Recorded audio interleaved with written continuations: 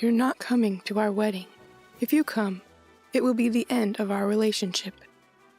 My oldest son and future daughter-in-law agreed with a nod of their heads.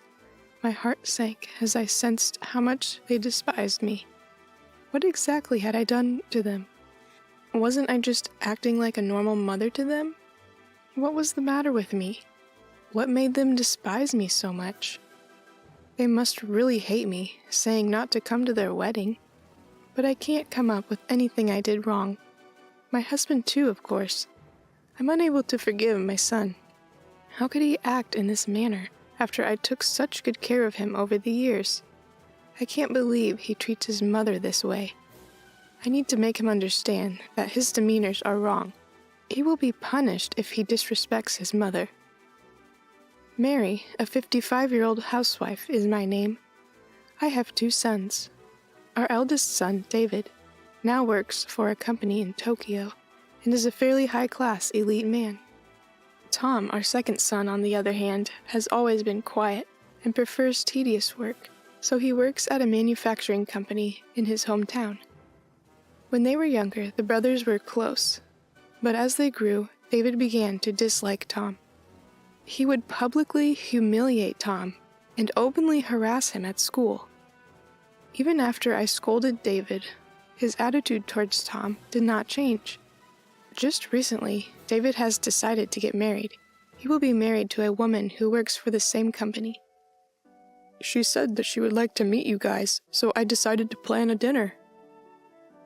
I was relieved to receive such a call because it meant I could finally send him off.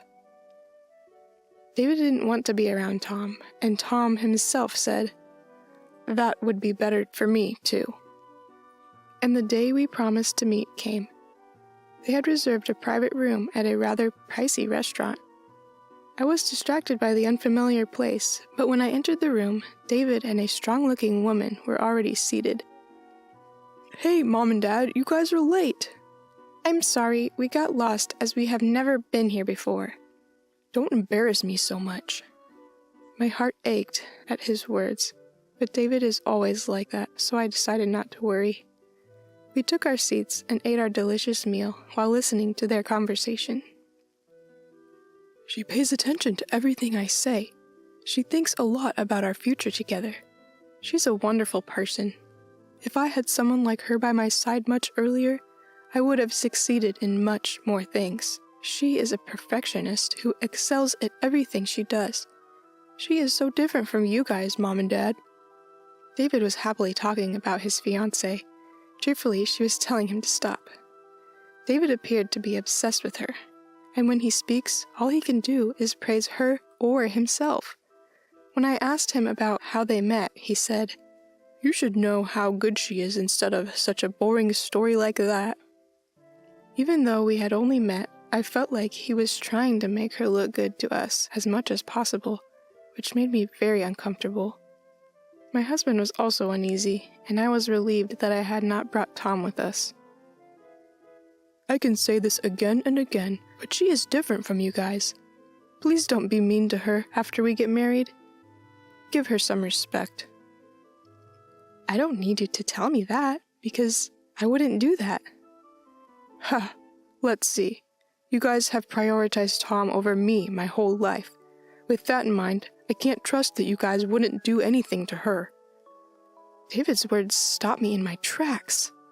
He is saying whatever he wants, and we were worried about Tom because David harassed him so much. Tom has been troubled by David's harassment since he was a child, and it is natural for a person to try to alleviate their child's stress. When I asked David why, he simply stated, "Because I didn't like Tom, so I couldn't ever solve the problem." I didn't know David would take that situation as us loving Tom more than him. However, I did not want to make a scene, so I couldn't object to David's words. The tense dinner concluded without incident, but I knew that all the issues hadn't been resolved. "Aren't you guys getting old? Don't worry, we'll take care of you two." David had made the decision on his own that he would live with us after their marriage. He appeared to have obtained the consent from his fiancée. She was saying, You have another son who will not be dependent forever, don't you? I must take care of him. I felt really uneasy about that. Tom does live with us, but he does so because he actively cares for us, not because he is spoiled by us. David and his family, on the other hand, moved into our house without our permission, took over our room, and began acting as if they were the owners. Why don't you go weed the garden, Tom?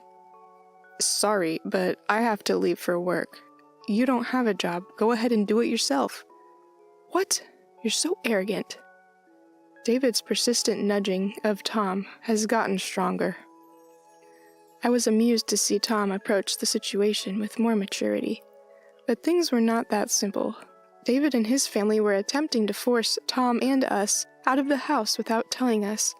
It was late at night after my husband and Tom had both gone to bed. I was thirsty and went to get some water. The living room light was turned on. Hey, when will this house be ours? Just a little more time. We need concrete plans, so there is no interruptions. I want to renovate the house after we get rid of the others. This house looks old. David chuckles at her words. I agree. I can't believe it. I can't believe they are thinking about doing this. I told my husband and Tom right away. It would be a disaster if we did not act immediately. Tom spoke up while my husband and I were unsure what to do. Mom, I'll take care of it. I have a strategy. Tom's words were comforting, but the plan he had given me demanded patience more than anything else. However, if Tom's way works, David and his fiancée will be out of here for good. That is why my husband and I agreed to follow Tom's plan. There were many issues, but life went on as usual, and David and his fiancée's wedding date was set. They decided to have their wedding at a very nice nearby wedding hall. We thought having it here in the countryside would not be so great, but the location we saw was quite nice. It's a little pricey, but with the money we're making, it's doable.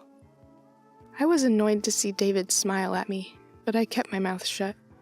David continued to poke at Tom, but thanks to Tom's mature demeanor, it didn't appear to be too painful. The couple waved me over when the wedding date was set. When I went to see them with my husband and Tom, we were told something outrageous. Please, don't come to our wedding. Our relationship will end if you come. The words astounded me. I eventually regained my composure and asked David, Are you sure? Why so suddenly? I'm terrified of you guys. I don't want these people at my wedding. It was impossible not to feel angry when she fake cried in response to my question. I'm telling you again, if you come, our relationship is done. Isn't that how you want it anyways? Aren't I your horrible son? Unlike my younger brother who can't do anything wrong, David pointed at Tom. Tom appeared to be at loss for words. I finally lost patience when I heard him saying that. That's it, David. You've been bullying Tom all this time. Why are you acting this way? You guys are siblings. Stop treating him that way. David and his wife turned their attention to me as I said this. You can't say anything about me. You were deceived by Tom's fake acts and spoiled him. You have always treated me so differently. That's because you bully your little brother. Isn't that just an excuse? You couldn't help yourself because Tom was so cute. That is not true. David refused to speak to me, despite my repeated assurances that I did not favor Tom. Why is he not listening to me? First and foremost, it became like this because of his own actions. Why doesn't he try to think about any of it? David is my son, even if he's a jerk. I felt obligated to look after him.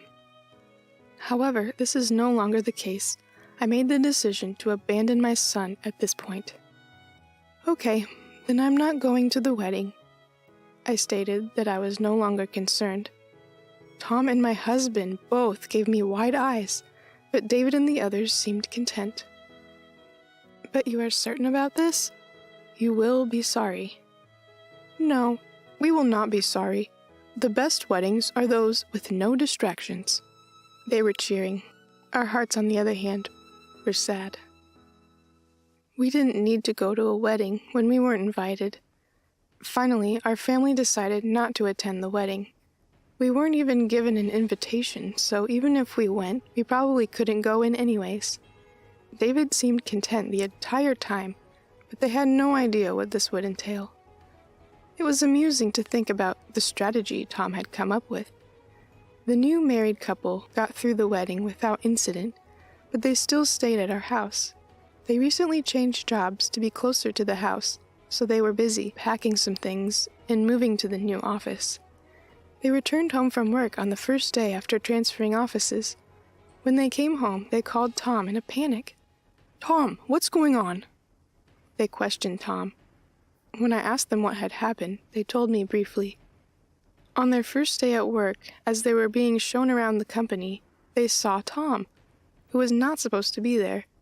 When the boss, who was showing them around, and spotted Tom, he bowed and said, "Thank you for all your help." He told them that Tom was the president of one of the company's clients.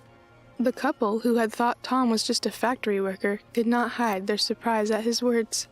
In fact, Tom had been working diligently at the factory since he started working there. His hard work had been recognized by the president who ran the factory. Tom's unique ideas were indispensable for running the factory, and Tom had been admired by those around him ever since he started working there.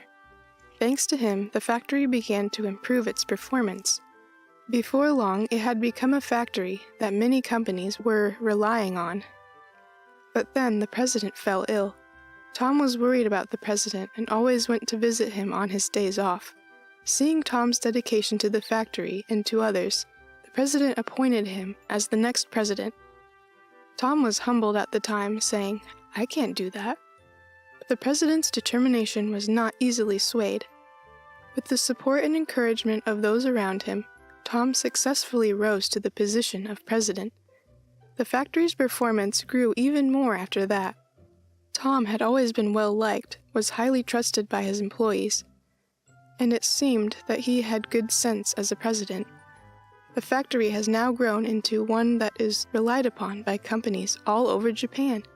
Tom's face is known even by large companies in Tokyo. Today, Tom was visiting the company to have a discussion with the client. That was all. However, the couple who did not think Tom was in such a good position were not happy that he was treated in such a way. "Of course, you cheated. You've always been like that." David grabbed Tom. "If you had told us, we wouldn't have behaved like that. Why didn't you tell us?" David's wife broke down in tears on the spot. What an ironic situation. "I made it to the top by my abilities, that's all. So why are you so angry?" Tom said this with a nonchalant expression on his face. David's anger seemed to be aroused by this expression, and he began to yell at him. "Don't act like that to me!" But Tom spoke calmly to David. "I want you to listen to something else. I think it's the most important thing for you." Somehow we were able to quiet David and his wife, and got them to sit down. Tom, who had gone to his room to get something, came back and began to tell us the story. "First of all, look at this." Tom then laid out several photographs on the table. In them were David's wife and a man dressed in a fancy outfit. To put it bluntly, they were pictures of the scene of David's wife having a love affair. David looked at it and started shouting, "This is fake!" David's wife was trembling, as if she did not know what to do. "She's going to be my sister-in-law, so I did some research beforehand. Then I found all this evidence. With this much evidence, there's no way you can get away with it, right?" Hearing Tom's words, David's wife put her head down. "I'm sorry." David, who could not believe the situation, was simply stunned. This is what happens when you don't focus on the inside of a person. No one can be perfect. Tom laughed, and we couldn't help but giggle. David fell to his knees in despair. The only sound in the room was David's wife apologizing to him earnestly. In the end, David and his wife got divorced. David isn't kind enough to forgive cheating. His wife was in panic when she was asked to pay alimony, but she was able to manage it with her parents' money. However, this was not enough to heal David's wounds. David quit his job due to the shock of the divorce. Since then, David has been shutting himself away in his room, and the only time we see him is when he comes out to get his meals. However, when Tom was there, he would screech a little and run away. It seems that since that time, he is scared of Tom. The family had discussed many times what to do with David. In the end, everyone agreed to end relationship with David in the near future. I am sure that would be a terrible thing for us to do to David. However, we were not kind enough to forgive him for the selfishness he has shown us. A few months later, David was kicked out from the house. Toward the end, he cried out to forgive him. But to be honest, I no longer recognized him as family, so I think this was a natural consequence. The three of us, on the other hand, are now living a carefree life with no one in our way. My husband has retired, but we are still able to live without any financial difficulties thanks to Tom's work. At least until the end of my life, I would like to make sure Tom has a good family. Tom is getting married soon. His fiancée is an employee of the same company, and they have been dating for several years. I am looking forward to the wedding of my precious son.